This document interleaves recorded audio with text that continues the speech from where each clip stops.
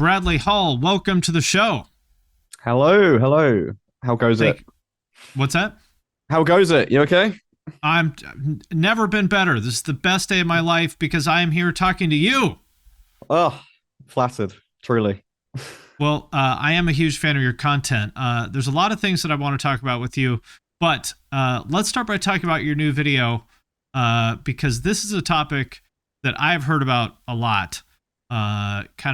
I'm friends with a lot of you people meaning internet guitarists. I'm friends with a lot of people in bands, and whether it's bands or fans, seems like, there's a lot of people who don't respect the internet guitarists. And I think you did a great job of summarizing it. Thank you. I was a bit hesitant to make that video because, I thought it was just going to come across as salty, or people making bad things about me on the internet. I'm gonna get my own back on them.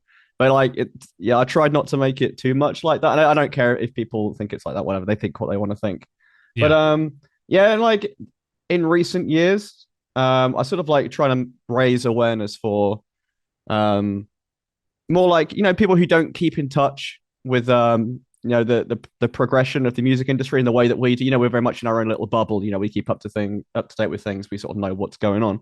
But the vast majority of casual music listeners don't, and YouTube watchers don't really. So I sort of trying to keep people a bit more informed about where the music industry is at these days, and how the sort of this old school traditionalist mindset is sort of damaging a little bit. Yeah.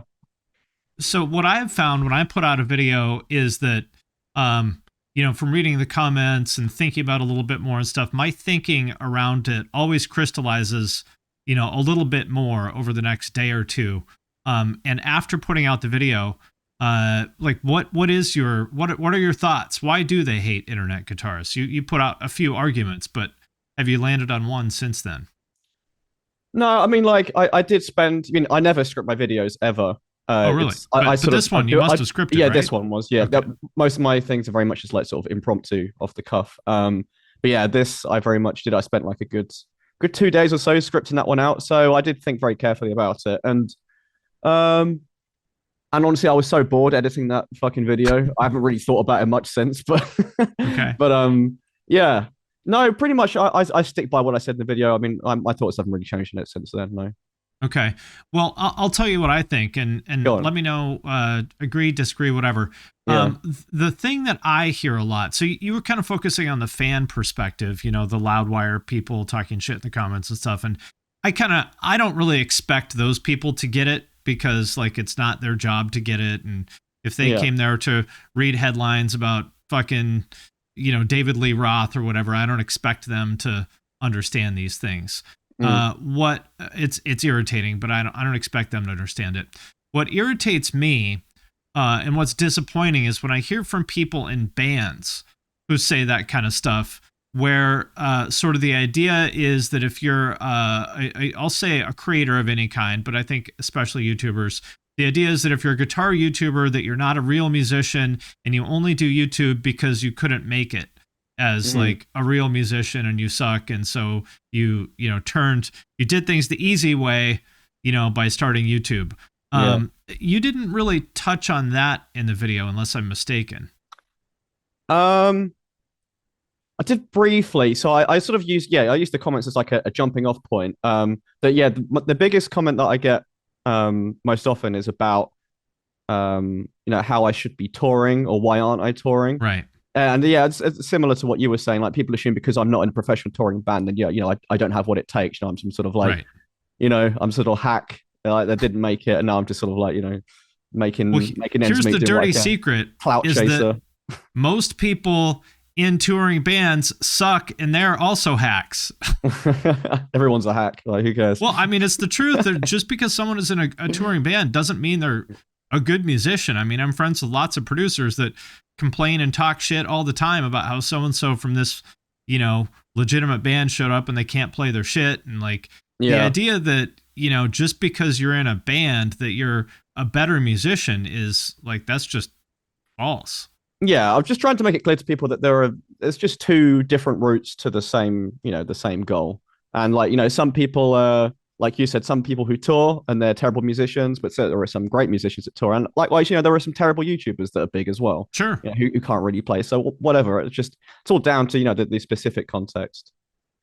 Well, you did talk about this in the video, but for anybody who hasn't seen it, I really liked the way you talked about touring, because to me, I can't think of anything I would hate more than being in a touring. I mean, if you're like Ozzy and you're flying private between shows and you get catering and shit, okay, and you can bring a massage therapist, all right, I could live with that. But anything below that, to me, just sounds like fucking torture. Can you talk about why you have chosen not to be in a touring band? Well, I did have a go at, well, before because basically, so I sort of discovered YouTube very late, I guess, compared to a lot of you guys who have been doing it for a while. I didn't even know there was like a sort of a whole guitar niche world thing on YouTube until like 2018. I sort of discovered all that stuff. So before then, I was sort of going down the whole sort of like band route, but we never really got anywhere. Sort of in a bit of like a limbo of what I wanted to do with music. That's why YouTube was really like a godsend to me, because it sort of gave me a creative outlet that I was always sort of looking for. Because I always enjoyed playing guitar, but I didn't really, like you said, I didn't really want to go touring. It didn't really sound like much fun to me. Everyone who I spoke to was touring just sounds like fucking miserable experience. Like, why would I want no money? Why would I want to put myself through that? And like, there's not really much money in it anymore unless you're playing at like a really high level. And so it's just like, why do people do that? I mean, I guess like I kind of feel like I want to experience it once. I feel like maybe it's something like all musicians should maybe try, but it's just not viable at the moment. Maybe things will like get better in time. But in this whole post-COVID world, it's just not viable to tour at all unless you're, just doing like a little tour around your like county or state or whatever. Yeah. But nothing serious. Well, you made a great point there, which is the one I have always made. Like, if your goal is to get your music out there to people, playing all these, like you talked about bands playing to 100 people a night, that would be on the high side. I mean, if you're lucky as like a small band, you're playing to 100 people a night, more likely it's probably going to be a couple dozen people a night. Whereas you could make a TikTok or a YouTube video or whatever that, even if you absolutely suck at TikTok, like you put out anything and it's probably going to reach at least a few hundred people. And that's something that you made in, whatever, like a few minutes. Yeah. This is something that I've really sort of like grown to dislike the most, actually, like more so than like, the people that was ragging on in like comment sections. It's just like these, especially in metal bands, you get these sort of like overly sort of like artiste sort of guys that are just like, all about their art, and they don't really care about like anything else. They just want to write their music, release some album on Bandcamp and like link it to their Facebook friends, and then like, and then just like complain that like no one's buying it, and then like, go back to square one and repeat. And like, if you say to them, oh, just get yourself on social media, like just do like a couple of TikToks or a couple of Instagrams, I think reels a week or whatever. And they're like, oh, well, why would I want to do that? That's not, it's all about the music. Should all be about the music, And it's just like such a, like, I don't know, cringe backwards way of thinking to me. I just don't like it. I mean, people say like, TikTok and Instagram are cringe. Like thinking like that to me is way more cringe. Yeah, I mean, to me, look, I'm not here to put down what anybody is doing, but to me, what's cringe is like spending years and years playing to 8 people, in a bar that are half paying attention. Yeah. That's embarrassing to me. Yeah. I mean, I do try and keep an open mind, and appreciate that some people just want to do their music. I mean, that's cool. But like, I'm just talking about from the perspective of people who are like, who want to make a career out of it. Yeah, exactly. I'm sure like 90% of musicians do, whether they admit it or not. They do want to have their music heard by as many people as possible. But some people just don't like to admit it, The second that you put your music out into the public, you are saying, I would like people to pay attention to this, right? Yeah, If you just write music and play it, record it and play it for yourself in your bedroom, like that's totally cool. But the second you put it out into the world, you're saying, I would like other people to listen to and enjoy this. Yeah. And, the idea that there's a world in which you can just be a guitar operator and then have, money and attention dropped on your lap is just fucking fiction. Mm-hmm. And I don't think it's ever been the case. I mean, back whatever before social media. You had to go out and play all these shows and meet people and blah, blah, blah, blah, blah. Like you still had to put in the work. There's never been a world where you just get to sit in your bedroom and play guitar and success just falls in your lap. Yeah. I guess it's maybe quite daunting to people as well, because like as much as like the opportunities you have now and the amount you can earn, the amount of reach you can get, is like unlimited really, but also like, the amount of work you have to put in is also like unlimited really. And maybe people don't like that. They don't like the idea of having to put in all the extra hours on stuff that isn't music. I think that's what puts. Well, then don't do it. Yeah. Yeah. I mean, yeah. It's like Roddy Coleman says, everyone wants to be a bodybuilder. Nobody wants to lift those heavy ass weights. Yeah. It's because you have to you really approach music from like an entrepreneurial sort of perspective now. And, musician, entrepreneurial kind of like, don't really sort of like gel most of the time, Right. And, I think that's why the YouTuber, creator musicians, it's because it's not just guitarists, there's people that do it in drums and vocals and everything else, do well, is because whether you kind of think of it that way or not, especially being a YouTuber because it's monetized, is running your own small business. Mm-hmm. And like you have to think about those things. You have to like do it all yourself or hire people to do it. And so I think to me, like that should be the template for everyone. Even if you don't care about social media, just as a musician, like I find it just strange that there's like all these tools that are there for you and then almost all of them are free. If you want people to hear your music, why wouldn't you use those tools? Yeah, for sure. And what I like as well about this newer approach is that I think I said this in the video as well, that you can be on sort of like at ground level with your fans like all the time and interact with them whenever you want to, and you sort of like grow with them, and like you get feedback from them in real time, which can help you grow even further. And getting that sort of like positive feedback loop that just sort of grows exponentially. I'm like, why would you not want that? Like your fans make you who you are. I mean, why would you not want to leverage that? Well, I'll tell you. Yeah, so it just seems incredibly sort of like anti fans. But I do think like the sort of old school approach is very anti fans. You get so sure you see all like this footage of the Led Zeppelin guys or whatever, like signing all their like the kids' guitars or whatever and autographs at like outside shows sometimes. But like that's not really like real fan interaction. It's a bit like plastic, the way people do it now. That's like real. That's real like fan interaction to me. They want validation is what they want. They don't want fan interaction. They want to feel like a star. Exactly. Yeah. You're right. You're right. It's just sort of, that's just affirmation. And I was going to say. There's nothing necessarily wrong with that, I guess. But to me, all of this comes down to ego, is people who believe that, the world should operate the way they would like it to operate. And if it doesn't work that way, that there's been some sort of injustice, that like it's entitlement to me. Like I'm entitled to just sit in my room and noodle around on a guitar and people will lavish me with praise, attention, and enough money to have a comfortable life, which is just like, it's insanely entitled. Yeah. Meanwhile, you are offering, and anybody else is saying, well, here's the pathway to what you want. And they're like, well, no, not like that. Yeah. I mean, like, the way bands used to operate, they just used to hold themselves away from the world, drop an album, tour it, and then again disappear. And it's like, where's the fan, interaction, appreciation with that? It's just like you're just living in your own little like bubble, and you just can't operate like that anymore. It's just impossible. Why would you? I wouldn't want to. I like engaging with people and hearing what they think and getting to know them and stuff. I think that's like the best part of it. Mm-hmm. For sure.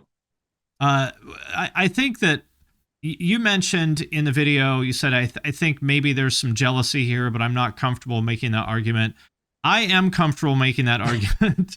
So I will make it for you. I think it's a lot of people, again, it comes down to like ego and entitlement, in my opinion. I think there's a lot of people out there who believe that they are better musicians than you or Jared or whoever else. And they should be the ones getting this attention because I am better than them and I deserve all that attention. So I think that is, at least from musicians, I think that's almost 100% of it. Perhaps. I mean, like, I just don't like I don't feel comfortable committing to that. It just makes me sound like a fucking, presumptuous ass. But Yeah. yeah, it does bother me sometimes, I guess. I see what you're saying, like, especially from musicians who are like really, really, technically amazing, Yeah. but they haven't really got anywhere. They've just sort of like struggling, getting by. But they don't really like put any like persona into their content or whatever, or their music. They just, sit on their desk, like head down, playing Right. guitar, like, like super well, but they don't really do anything else. And like they're just so confused, like these guys, about like why it's not working for them. And I guess, yeah, I can definitely see like the envy at that point. And like in that way, it makes sense to me. Yeah. Or people in kind of a mediocre band, that are like kind of, like you said, doing everything. Yeah, I guess the way I would think about it is like with these people, they're doing everything they're doing is there's nothing wrong with it, but there's nothing right with it either. Yeah. Yeah. Yeah. And you're just like, well, why would anybody pay attention to this? If you're just like a competent metal band, well, or competent metal guitarists, there's a million of those. Yeah. Yeah. And that's just not the world we live in. People forget that this is not just music. It's the entertainment business. You have to entertain people. Exactly. And that's what I say to people is like, unless you're in like the sort of top 0.0001% of like talented players, people like that Japanese guy, Ichikanito, or like or people Jason like that who just Richardson. like they can get by on just their talent. But that's like a very, very, very rare exception. So, most people, I say you have to inject some personality into it because, people relate to you just as much as you're playing in your music. So it's super important. Right. And I don't know why I don't know why people are resistant to that, because to me, that's an empowering, like, that's a good thing. You should like be excited to hear like, hey, people want to get to know you. Mm-hmm. Like, isn't that what you want? And I don't know, maybe people are like afraid, of judgment or afraid. It's like, it's a weird thing where like they're simultaneously, they want attention, but they also are afraid of attention because, Well, it makes you vulnerable once you start talking and put yourself out there. It makes you vulnerable. People aren't always comfortable with that. Right. Which, I mean, that is true. That like any YouTuber, we all get tons and tons and tons of negative feedback. That's part of the deal. But that is part of the deal. There's no world in which you only get positive attention. No, absolutely. Remember, like my, when I first started YouTube and Instagram and stuff, I wasn't talking or anything in my videos. I would just do my guitar playing, and then I started to talk, and it was like I was really insecure about it at first. I had this habit of like tilting my head on the side every time I would talk, and I just it was horrible. Like thinking back at it now, but you get used to it, and you practice, and you get comfortable with it, and then like it also depends on like how thick-skinned you are. Some people just really can't handle any negative comments like at all. I mean, for me personally, 99% of it just goes over my head. It's just like white noise. But some people really take it to heart. You can see the YouTubers who like really are insecure about it. They sort of like highlight every negative comment and like make a massive reply to it. Like post it in their Insta stories. These are the people who are are a bit iffy about it. But yeah, I used to do more of that. Like I just thought I was doing it mostly just because I thought it was funny. But I realized that it made me look like one of those people. A couple of people were like, why do you always give them so much attention? And so I stopped doing it for that exact reason. Yeah. Yeah. And it's a weird thing that people, it's like they want attention, but they don't want attention. And that's sort of the inherent, I guess that's the part I don't understand about their psychology, because, on the one hand, these are the people that say they don't care about commercial success, but at the same time, obviously, they do want commercial success. So it's just a strange, I guess I don't think of my brain. I don't think I have a creative person's brain. And so it's like observing an alien species to me. Can you help translate? I mean, I've like a bit of both. I mean, I've had that very much sort of like, businessy, entrepreneurial sort of mindset, but I also do have like a creative side too. And like, I think that's sort of part of what's made my channel successful. I know how to sort of marry both of those worlds. But yeah, I don't know, man. I mean, So I think it'll fade out. I think over time, as younger musicians get older and older musicians get older and sort of fade out, I think it'll become less of a thing. But we're just sort of at this awkward sort of tipping point at the moment. It's sort of like a clash of like two different worlds. Yeah, you're right. To me, it's like, man, this has been going on for at least 10 years. So like, how is this still a thing? But I think you're right that it is still, these things take longer than, to me, they probably should.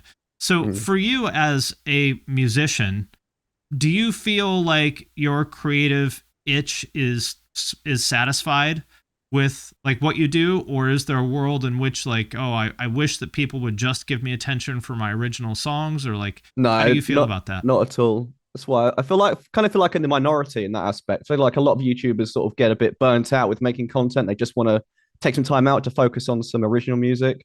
I mean, I don't really like writing original music, like not solo stuff anyway. It doesn't really interest me. I just get frustrated. I like writing stuff with like other people sometimes in like a band setting, but I just like making silly videos. I mean, that's what I get the most sort of kicks out of. I mean, that satisfies my creative urges like plenty. I think like and that's what's important on YouTube, isn't it? The number one priority should always be to be conscious of not burning out, and so you need to make content that you enjoy. And like for example, if I had to make video essays like that last essay all the time, I would just get burnt out within like a month. Like once in a while, it's kind of fun to rant like that. But as long as the majority of what you work on is what you enjoy, what you want to do, then yeah, it's fine. Well, you mentioned like the YouTubers who take a break to focus on original music, which is like totally okay. And I'm not suggesting anyone shouldn't do that. But that kind of brings up a point that I think there is some truth to the people who say that a lot of these YouTube guitarists are frustrated musicians, because I think that is kind of true. There's a lot of them that are like, well, yeah, people like me for my videos, but I really wish that they just liked me for my original music. Yeah. Yeah, I mean, I can sympathize with that, but like you also have to appreciate the audience that you have. You have it for a reason. Yes. People appreciate you for what you have. And, some people say, oh, I'd rather be doing this instead. But, just, be grateful for what you've got and make the most of it. Some people would kill to have, that audience that you have. So, suck it up and find a way to balance both. That is exactly what I try to remind myself. And I'm like, oh, do I really have to make another video about nu metal? And I wish I could talk about this, that, or the other. But then I try to remind myself, like, man, I'm just so grateful that anyone gives a shit what I have to say about anything at all. Yeah, exactly. I try to stay in that headspace. Yeah. Yeah, it's very easy to get lost in your own bubble. And like, I prefer in an ideal world to be making skit videos that are like more general, not just guitar based, just sort of like, I don't know, like, that Gus Johnson guy on YouTube, like I love stuff like that, just sort of like general stupid skits and stuff. But, so you're going to pivot to a prank channel. Oh, that'd be the dream. But, no, but I'm super happy with what I'm doing now. And yeah, you just got to remind yourself that, if I could travel back in time like 5 years and then like tell my old self what I'm doing now, I wouldn't believe it. So you just gotta remind yourself about that. Yeah, if you went to me 5 years ago and said you'll have this big of an audience and make this much money talking about nu metal and whatnot, be like, okay, sign me the fuck up. Sounds amazing. Yeah, exactly. Yeah, I mean back then I was working like a software engineering job, which was like okay. But I was always looking for a way out, like really. So, yeah. Yeah, tell me about that, because I was surprised. There's not too many people that come from like, I mean, software engineer, it doesn't pay as well in Europe as it does here, but like that's a very good job. Not too many people that especially kind of take that path. What kind of stuff were you working on? I worked on .NET web APIs, or like .NET core stuff, and like the later half of my career. I mean, like what kind of I guess you know what web APIs are, right? It's just coding that like the back end to those. Yeah. What kind of products? So I worked for a company that did like legal accounting software. It's like really dull stuff, but like the sort of software you have in what do you call them in over there? Like attorneys, I guess. We call them like barristers. Barristers, yeah. Like people like software in those offices where you have to like keep the client and the I don't know what you call them, the client and the office account like balance and stuff like that, so they comply with the regulations and all that. See, I'm probably the only really person in the world that like B2B software as a service is like actually kind of my passion. Like I talk about nu metal on YouTube because like because it's an opportunity for me, but like in a perfect world I think I would rather be building B2B SaaS products. Really? Oh my god. Yes, okay, that's honestly like passion. it's not as don't want to say glamorous. That's not the right word to use, but it's not as exciting as you might think it is. Well, I mean, I do it. I mean, I've been running, a subscription technology product for 10 years. I worked at. Oh, right. Okay. Yeah. I mean, I've been doing, I was used like, to write so is it code. like a side hustle now then for you? Or? YouTube is my side hustle. Okay. That's how I think about it. Even though I actually It's a spend lot more of time to on put it. into a side hustle.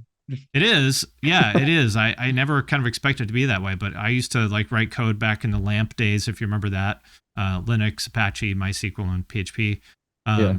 Back in the day, back in the old days, when they were back in the old days when you could kind of get by being self-taught, which is a lot harder to do now. But like I'm taking a React course right now because we have a full-time engineer who reports to me, and he uses React for everything. And so I thought, well, I should probably have some experience with this.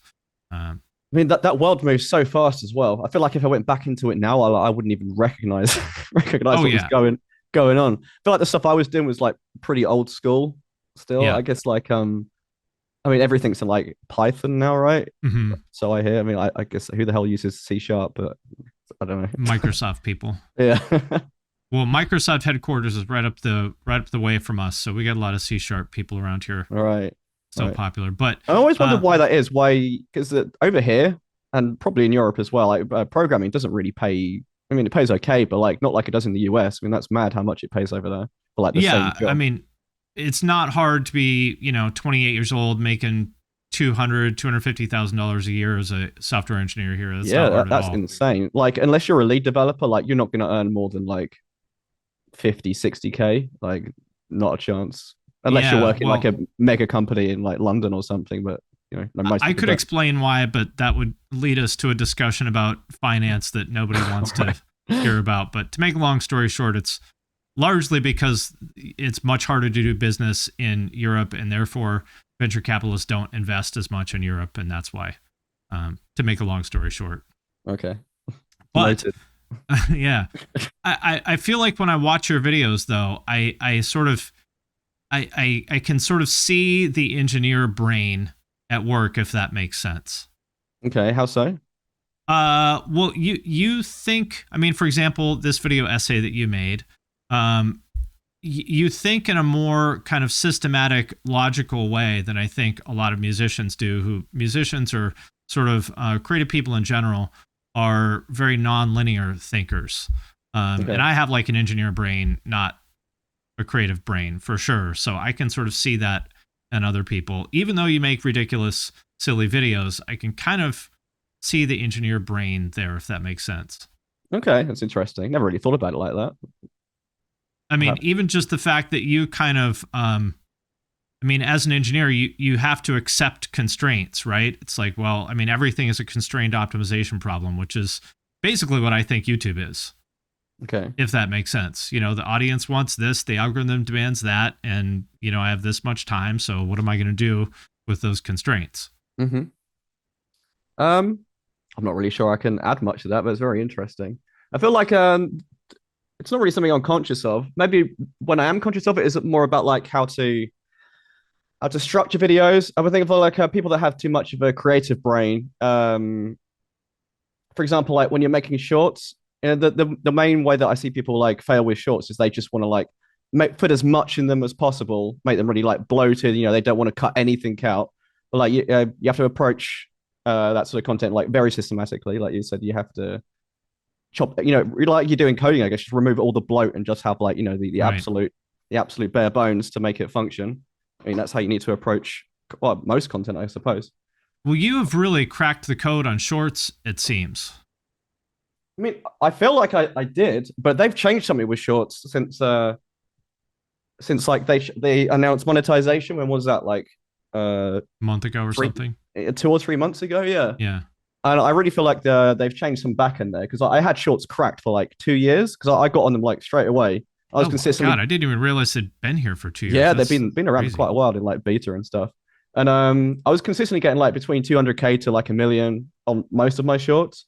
And since pretty much dead on since they announced monetization, it's gone like right down. I can barely get like I don't know. I just delete the ones that do badly. Like some of them don't even get like 20K now. It's mad. I don't know why that is, but I don't know if you're like me, but like when you release a video, I sort of like sit and look at the fucking Yes. blue graph like the first hour or so, like meticulously. I mean, it feels like really sad doing that, but I feel like you learn a lot from it.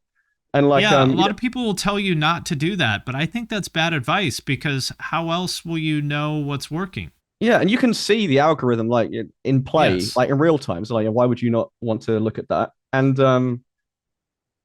the way the graph moved very much like changed big time compared to how it was. It was always like very much the same. And I know it's like you get a lot less views from browse now on shorts, which I think is a big thing. They don't like having shorts on with thumbnails. Don't know if you Right. noticed that, but like for a long time you could have thumbnails on shorts, and I always did like proper thumbnails on shorts still. You know, a lot of people thought it was a waste of time, but it made a big difference. But now like you can't, and I think that definitely shows. So now you're just at the mercy of like the short shelf. It sort of like Yeah. seems to pump it for like the first hour or so, and then just like kill it and maybe resurrect it again like later on if it's good. Which I don't really like how that works. It's a bit more like I don't know, a bit more like TikTok. No, it's not even like TikTok, really, is it? Because I don't know, but I feel I like just they don't don't like how really it know works. what they want to do with shorts. Yeah, yeah. I don't know. I liked how it worked before, but I've got to try and figure it out all again now. I want shorts to just disappear. I don't like it at all, but that's partly because they don't because I'm not successful at it. But I want Yeah, to with kill your the sort of features that content, don't it's a lot. benefit I me. think it's a lot harder to make good content for shorts with the sort of stuff you do. It I'm not is. even Yeah. sure how you're trying to like really make micro content out of reactions. It's kind of difficult. Yeah, I have somebody that makes clips of them for me, and it does okay. Whatever. I just sort of accept that. But well, tell me when and why did you decide to start doing YouTube? If it sounds like you were kind of not paying attention to YouTube for a long time, what made you kind of jump into it? Um, what was it? So yeah, so I entered a guitar competition in 2018, I think it was. It was like Guitarist of the Year, run by like Music Radar. It's like a Hmm. yeah, I've probably heard of them. And entered that, and like a part of it I had to upload it to YouTube. Well, I sort of like dabbled in YouTube over the years, like maybe upload once every like couple of years, but not really pay attention to it. Yeah. And I uploaded that, and it sort of like got a little bit of traction, and it sort of like piqued my interest. And then I just sort of like started studying like the whole guitar niche on there and discovering all like the YouTubers like Jared and Stevie T and all that stuff. And yeah, and it just sort of really interested me because I always liked pissing around making stupid videos when I was younger. And it was just a cool opportunity to sort of like revisit that, and but in sort of like stick my playing in there as well. I mean, at first I was making boring shit like lessons and stuff, but like Right. who wants to see that? So I sort of shifted to more like an entertainment thing. I feel like in any niche, which is interesting, like whenever you go the more entertainment route, it's a lot broader compared to doing something more specific in your niche. But like if you want to go broader, then like more entertainment angle is always the way to go. Yeah, I had the same thing happen that I originally started out making videos about business, which I said is kind of that's my actual passion. It's Yeah. like helping people build business and make money and stuff.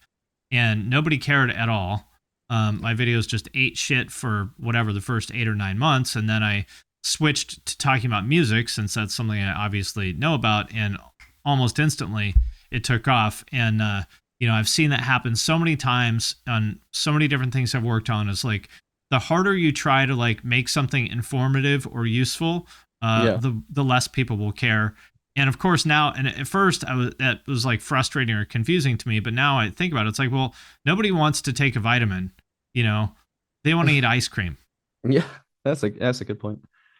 I've also feel like, like videos like that are more like search based as well. And like videos that yeah, are search based, sort of generally like sort of get views here and there. But like, targeting the homepage or like the big clickbait right. stuff, that's where the views are. And there's almost nobody out there that gets views with like really substantial, like meaty, informative content. Even the people, for example, so like I said, I've been doing like product management for a long time. There's a YouTube channel by called Product Led Growth, which is fucking amazing. They put out these videos about product management. They wrote 2 books about it that are incredible. Like they just give you so much, like they give you information that you should be paying thousands of dollars for. Their videos get like 85 views. Oh wow. I'm like, this is insane. Or like AWS, their YouTube channel gets hundreds of views. They'll put out some hour-long thing about Docker, whatever containers, something like that. Oh, It's like, bringing back horrible memories. yeah, but I mean, it's really good information. Nobody gives a fuck. It's fucking Amazon, and their videos get like 150 views. Yeah. I feel like that sort of stuff like belongs in like the old YouTube. It's just not really conducive to the way YouTube works now. It's just completely entertainment based. Yeah, and like you might think like, oh, I'm gonna give people all this like super valuable knowledge that's gonna make their life better, blah blah blah. People are gonna love this. Well, turns out they don't. Nobody likes going to the gym. They want to go to McDonald's. Yeah, totally. So, what made you kind of realize that this was viable as a full-time job? Well, I think I discovered like Social Blade, and sort of like looking up on my favorite channel, just sort of like curious about how much they make. I mean, like, Social Blade gives you like a really fucking vague, like super vague idea, but like even on the low end, even on the low end, it seemed like, oh, that could be cool. Yeah. And I feel like once I got monetized and sort of start to see like the paychecks coming, like small at first, it sort of gets you more motivated when the money's coming in, and you see it build up over time, and then but I always knew I wanted to do it full time, but it was really hard finding like that point to commit to it and jump off. And I was like, I guess, a bit too scared to. Yeah. I feel like if I wasn't, if I had more of that sort of creative brain in me, I probably would have done it earlier. But the sort of like you said, the analytic or systematic or whatever like side of me was a bit like hold off a little bit. But once COVID hit and we had to start working from home full time, just like Zoom calls, like 4 hours a day. I'm just so done with IT. I was like, fuck it, I'll just give it a go, So 2020 is when you made the jump to doing it full time. Yeah, I think it was 2020. Yeah, it was like the start of the year, I think. Yeah. Okay. Yeah. Wow. That's not very long ago. No, it's pretty recent. So yeah, I think it's my 3rd year anniversary coming up in like January or February, I think. So around that time. Okay. Being full time. But it sounds like you do approach it like a job. There's some people that kind of like, they're a little bit lazy. Seems like you take it pretty seriously. Yeah, I don't know. I call it more of an addiction rather than taking it seriously. But yeah, I don't know. I just really enjoy it. And what I love about YouTube as well is if you keep uploading, then your growth is like completely linear. It's always on the up. The more you put into it, the more you get out. It's not like it's not like something else where you're just gonna have like droughts for like a year or something. Like if you were doing, I don't know, something more standard, like I don't know. I mean, TikTok is kind of like that. Yeah, I don't know. Or if you've been doing some more traditional, like an electrician or building, where you just have like droughts for months on end, where like no money coming in. There's always something coming in from YouTube. And I don't know. It's just like, and it's just sort of like almost like recession proof as well. I don't know. It's just a really good career to have. I think so too. And I mean, obviously it's difficult and it's not a sure thing or anything like that, but I kind of think so too, because like, even if I quit making videos tomorrow, I would probably still make thousands of dollars a month for like years. Mm-hmm. Yeah, and that's pretty cool. There's not many other things that if you stop working on them, they still pay you. Yeah. I mean, people talk about like passive income, but like, not many things are truly passive income. But after you put in that initial work to make a video, it's passive. Then after that, for the rest of your life, isn't it? So as close to passive as you can get, I suppose. I think pretty much anybody can be successful on YouTube as long as they're willing to like put in the work to like figure out what works and learn from each video, because the beginning is going to be slow and nobody's going to watch your videos and that's going to suck. But as long as you learn from it, like you don't have to be super talented to be successful on YouTube. I mean, I'm proof of that. No, I mean, like, yeah, you just have to. People say like the YouTube algorithm is like some sort of black magic. It's super complicated, but once you realize that the algorithm is just like your audience, and I think it just makes a lot more sense. And like I think I told you guys in the group chat about this, but I started like a brand new, like, call it like automation channel, 2 or 3 months ago, and that's been super fun. To like starting a channel from scratch, putting everything that I've learned into play, and that's starting to pick up a bit recently. It's at like 350 subs now. Had a few videos like reach nearly 10K. and that's going to be monetized maybe in like 2 months, I reckon. Okay. Yeah. Tell us about that. Yeah, so this is like a new thing that people have started doing within like the past couple of years. But it's got a few names. Some people call it like anonymous YouTube channels or like faceless channels or like YouTube automation, where basically you do a channel, but you outsource everything or as much as you can. So you come up with like you pick a channel niche, you come up with like a name and like what your themes are going to be, what Like sort of content everything you'll make. about golden retrievers or something. Yeah, exactly. And then you come up with usually you would come up with the video topics yourself. So say you write a list of like 20 topics a month or something, and then you give them to a script writer that you find on like Upwork or Fiverr or whatever. And then you get the scripts back, and then you pay for a voiceover to voice them. You get that back, and then you send that to an editor to edit it. And then I do the thumbnails myself because I know what works. I feel like it's Yeah. quite a hard thing to try and outsource unless someone's like, really knows the game. Um, yeah, and then you just get like a sort of like a what do you call it, like a production line going, just like videos continuously, being churned in and out. And doing it like this, you can produce content like way quicker than you can if you were to do it yourself. And at the moment, like we're doing it like 3 times a week. We're going to up it to maybe like 5 when we're monetized. And the idea is that you sort of pick niches that have good CPMs. Mm-hmm. And so you just churn out as many videos as you can and just make as much money as you can. Have you tried Chat GPT for scripts? No, so we tried Jasper. Have you heard of that? It's probably a similar thing. It's like Yeah, Chat GPT is pretty fucking good. Yeah, and so it was okay, but um,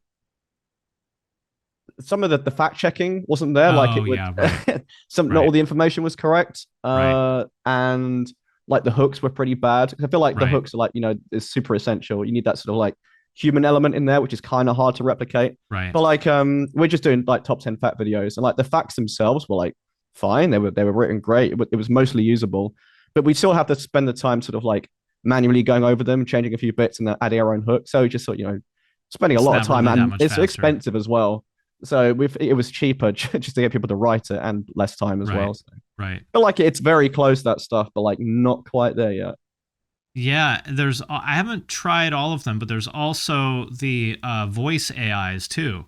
So yeah, I'm wondering if this will be like there's going to be an arbitrage opportunity here for people to have Chat GPT or whatever write the script, feed it to a voice AI. There's also services, there's products that will do videos, yeah, like automated videos. One called What's Pictory, that does pretty much AI video editing at like a basic level.